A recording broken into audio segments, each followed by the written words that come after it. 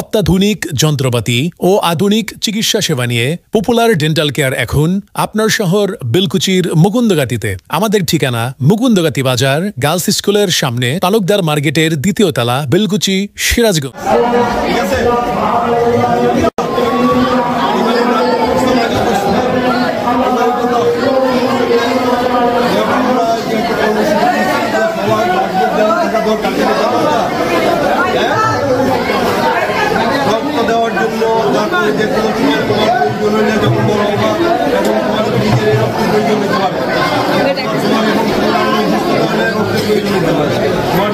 জানা থাকে তাহলে যে কোনো একদম তাড়াতাড়ি আমার আশেপাশে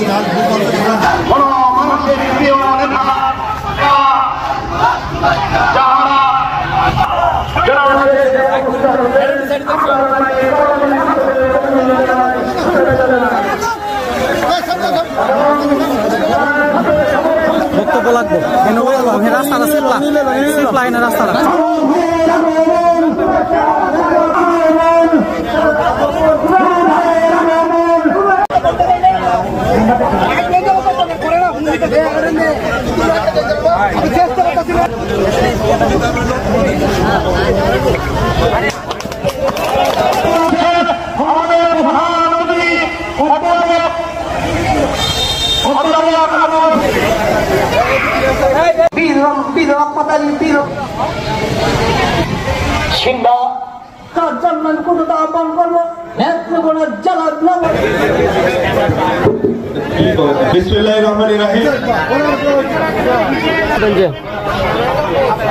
অনুষ্ঠানটা যে সময়ে শুরু করে, কিন্তু অ্যাকচুয়ালি এখন আর কেউই বক্তব্য দেওয়ার মতো প্রতীক বাস্তবায়নের লক্ষ্যে এই মত বিনিময় সভায় উপস্থিত আজকে সভার সভাপতি, সিংহা ইউনিয়ন বিএনপির সভাপতি জনাব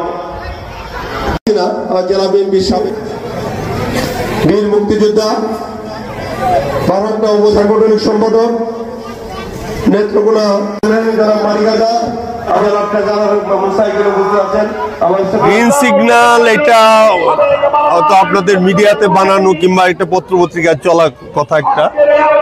আমাদেরকে ইতিমধ্যে যারা মনোনয়ন প্রত্যাশী তাদেরকে নিয়ে ভারপ্রাপ্ত চেয়ারম্যান সাহেব ডিভিশন ওয়াইজ বসেছেন এবং পাশাপাশি আমাদের ময়মনসিংহ ডিভিশনের দায়িত্বে ছিলেন আমাদের স্থায়ী কমিটির সদস্য জনাব সালাউদ্দিন আহমেদ সাহেব। ওনারা আসন ওয়াইজ আমাদের যারা যারা আগামী দিনে প্রার্থী তাদেরকে নিয়ে বসার পরে যারা সিদ্ধান্ত যে উনি একজন নমিনেশন দেওয়া হবে, নমিনেশন দেওয়া হলে একজনের পক্ষে সবাই কাজ করা, এইটাই বেটার। এখন গ্রিন সিগন্যাল আলাদা বলতে কিছু নাই।